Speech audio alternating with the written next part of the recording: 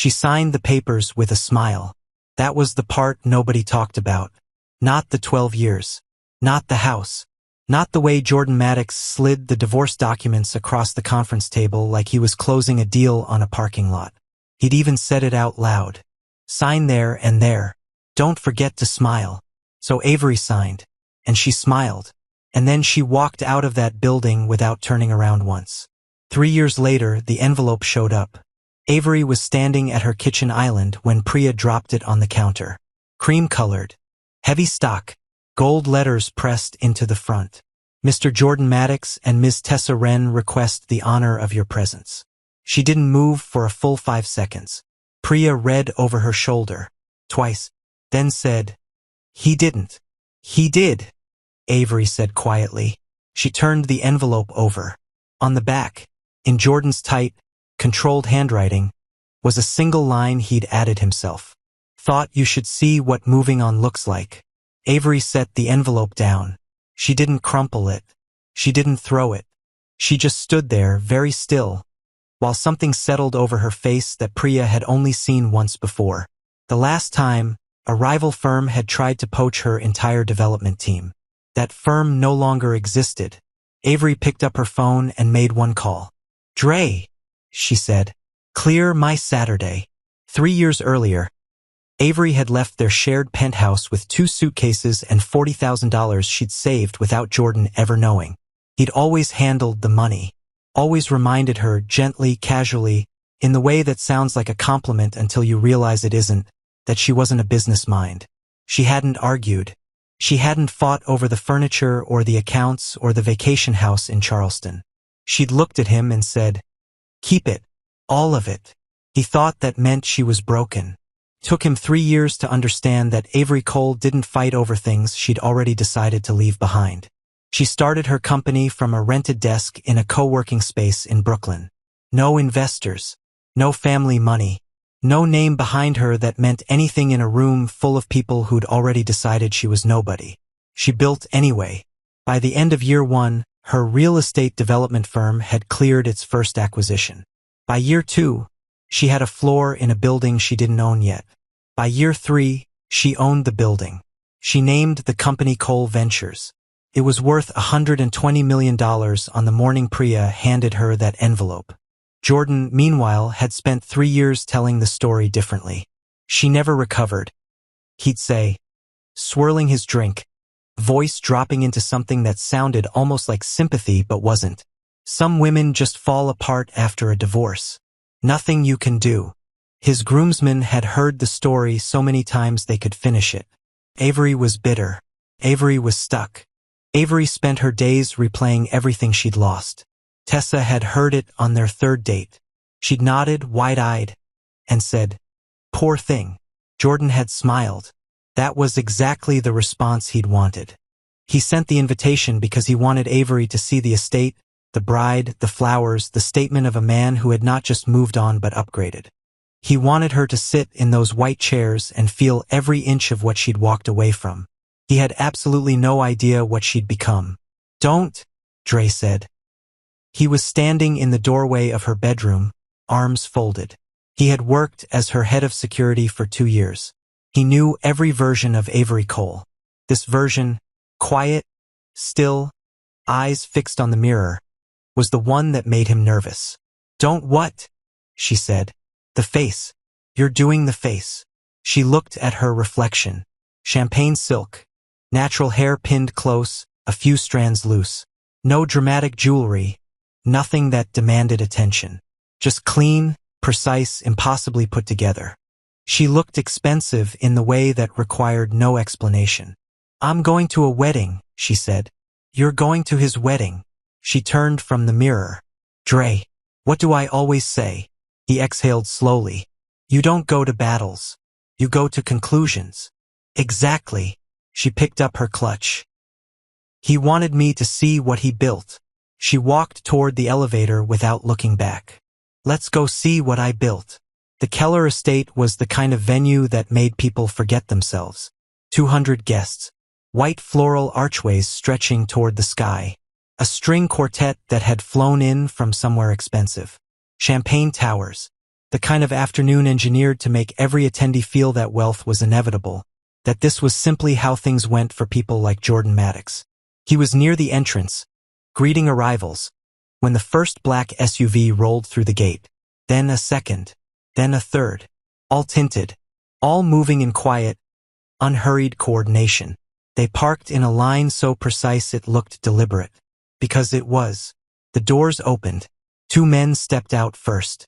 Suits, earpieces, the kind of posture you only get from people who've been trained to watch rooms. Two more stepped out from the third vehicle. They didn't cluster. They spread, forming a loose perimeter that most guests wouldn't consciously recognize but would instinctively feel. Then the middle door opened. Avery Cole stepped out. She didn't rush. She didn't scan the crowd.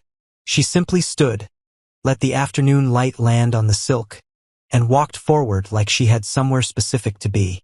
A woman near the fountain leaned toward her husband. "Who is that?" He had no answer. Jordan, 30 feet away, stopped moving entirely. The champagne glass in his hand suddenly felt very heavy. Tessa appeared at his elbow before he could collect himself. "Jordan, it's fine. Who is she?" He kept his voice even. "Nobody." But nobody didn't arrive with 4 bodyguards and 3 private vehicles. And every person on that lawn knew it. The whispers spread faster than the welcome drinks. "She runs some kind of company. International. Real estate. That's his ex-wife? I heard it cleared 9 figures last quarter." Avery moved through the garden like she'd organized the event herself. She complimented the florist on the arrangements. She greeted strangers with the ease of someone who'd walked into 100 rooms where nobody knew her name and left with all of them knowing it. She accepted sparkling water, not champagne. She stood near the stone fountain, unhurried, unreadable. A woman so comfortable with herself that comfort looked like power. Dre stayed 8 feet behind her. He always did. It was Jordan's mother who reached her first. Nora Maddox was 71 years old, silver-haired, and sharper than most people half her age. She crossed the garden with her hands folded and stopped in front of Avery like she was approaching something she needed to assess carefully. "Avery." "Nora." Avery smiled. "Genuine. You look beautiful." Nora studied her. The silk, the stillness, the quiet authority of a woman who no longer needed anyone's approval and had stopped pretending otherwise. Something shifted in Nora's face. It wasn't quite guilt. It wasn't quite pride. It was somewhere complicated between the two. "You've done well," Nora said softly. "I have," Avery agreed. No performance. No false modesty. Just the clean, simple truth. Nora glanced back toward her son, who stood 20 feet away watching them, jaw tight. Then she looked at Avery again. "He told people you were struggling," Nora said. Her voice was barely above a whisper. Avery turned her water glass slowly. "People tend to see what they expect to see." She smiled once more. Then she drifted away, leaving Nora standing in place, thinking. "She came with a security team," Tessa said. Her voice was low and controlled, but only barely. "To our wedding, Jordan." "Drop it. That woman has 4 bodyguards. Why does your ex-wife have 4 bodyguards?" Jordan had been dreading this since the first SUV came through the gate. He'd imagined this day so specifically. Avery arriving quietly, taking a back seat, watching his happiness from a polite distance and carrying the weight of everything she'd given up. He had not imagined this.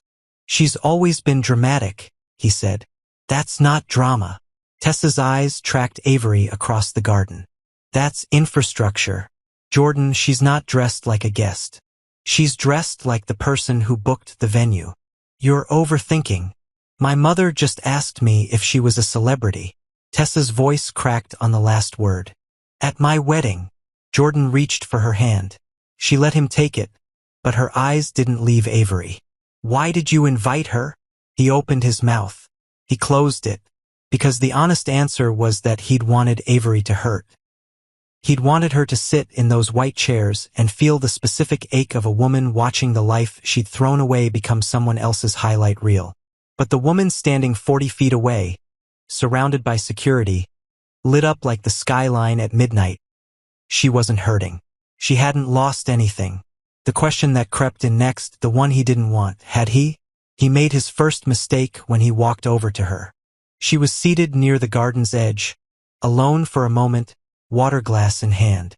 She looked up when she heard his footsteps. No flinch, no intake of breath. Just her eyes, steady, calm, giving nothing away. "Jordan," she said. He sat down without meaning to. "You look," he stopped, "like someone who's doing well?" she offered. He shifted in his chair. "I wanted you to come. I thought. You thought it would hurt me. It wasn't a question." She said it simply, the way you state a fact about the weather. He said nothing. "I know." Her voice was quiet. It wasn't cruel. That was the part that undid him. It wasn't cruel at all. "You wrote it on the invitation, Jordan. You wanted me to see." And his voice came out tighter than he intended. She tilted her head slightly.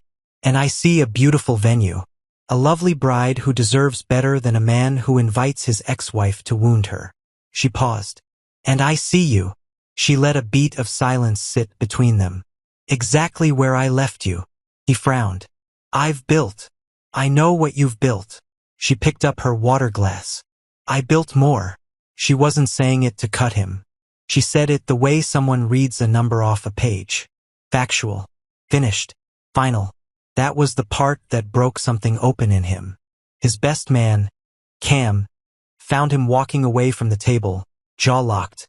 "Hey, you good?" "Fine. She's your ex-wife." "I know who she is, Cam."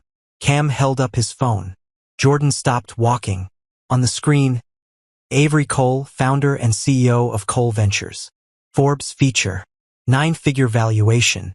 International acquisitions across 3 continents. Jordan stared at it. Cam lowered the phone slowly. "You told me she never recovered from the divorce." Jordan said nothing. "You said she was struggling, man." "She was." His voice came out hollow. 3 years ago. Cam looked back toward Avery. She was laughing softly at something Nora had returned to say. Nora, who never laughed at weddings. "That woman," Cam said quietly, "has not been struggling for a long time." The string quartet began to tune again nearby. Guests drifted toward the ceremony chairs. The whole afternoon was moving forward, arranged and on schedule. Jordan stood still. He'd built this day to mean something, to be a statement, to be the image that haunted Avery Cole for years. But the woman he'd invited to break was sitting in the golden light, whole, unhurried, magnificent, not watching him, not watching anything in particular, just existing comfortably in a world that had kept moving without him. He remembered the line he'd written on her invitation. "Thought you should see what moving on looks like." He pressed his eyes shut. Avery stood before the ceremony began. Dre was beside her before she'd fully straightened. No signal, no word, just presence. 3 tables of guests looked up at the same moment. She smoothed her silk, placed a small ivory envelope on the table with 2 fingers, picked up her clutch. She didn't make a scene. She never made scenes. She left the way she'd arrived, with complete quiet control. Her detail fell into formation around her. The sound of gravel under their feet was the only announcement. Guests parted without being asked. At the entrance arch, an older man she didn't recognize stepped forward. "You're leaving?" "Before the ceremony. I came to pay my respects," she said pleasantly. He blinked. "It's a wedding." But she was already moving.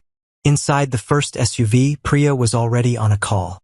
"Tell the Cape Town team she's available Monday. Confirm the Paris dinner Thursday. Push the Zurich call to 7. Avery leaned her head back against the headrest. She closed her eyes. She had done what she came to do. Nothing. And everything. Jordan found the envelope after the ceremony. He'd been smiling for 4 hours. Toasts, photos, the first dance, the careful performance of a man celebrating his best moment. He stepped away from the reception tent for 1 minute. The envelope was still on the garden table where she'd left it. Ivory. Her initials pressed into the seal. C. Not AM. Hadn't been AM for 3 years. He opened it alone. Inside, a single card. No speech. No venom. No triumph. Just 2 lines in her clean, precise handwriting. Thank you for the invitation. I hope you find in this marriage everything you were never willing to build in ours. And below that, smaller, like an afterthought that wasn't. I forgave you a long time ago. That's why I could come. He read it 3 times.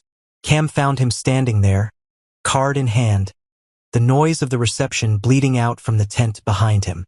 Toasts are starting. Jordan folded the card carefully, slid it into the inside pocket of his jacket against his chest. He didn't know why he kept it there. He walked back to his bride. Back to the flowers and the music and the architecture of a day designed to declare his success. But something had changed. Quietly, without drama, in the space that Avery Cole had occupied for 90 minutes before leaving without looking back. Back in the city, Avery stood at her window. The skyline blinked and shifted below her. 17 unread messages waited on her phone. Partners, advisors, a journalist requesting an interview. Her life ran at a frequency she'd had to teach herself to hear. On the drive home, Priya had asked, "Was it worth going?" Avery had taken her time. She'd gone because she needed to know. Not to hurt Jordan. Not to display herself. Not even to prove anything to anyone watching. She'd needed to know if the old ache was still in there somewhere. The one that lived in the corner of 12 years and shared Sunday mornings and the slow, quiet drain of a life spent making herself smaller so someone else could feel larger. She stood at the window now and checked herself. Carefully, the way a doctor presses gently on a healed scar to see if it still hurts. Didn't. There was something else where the ache used to be. Quieter. Warmer. Something that felt like arriving somewhere you've been trying to get to for a very long time. She picked up her phone and called her mother. "How was it?" her mother asked. Avery watched the city below, all those lights burning steady in the dark. "He wanted me to see what moving on looks like," she said softly. A beat of silence. "I think I showed him." She paused. "And then I came home to mine. The most dangerous thing you can do to someone who built their identity on your pain is show up whole." Avery didn't compete. She didn't collapse. She just became. And let that be enough.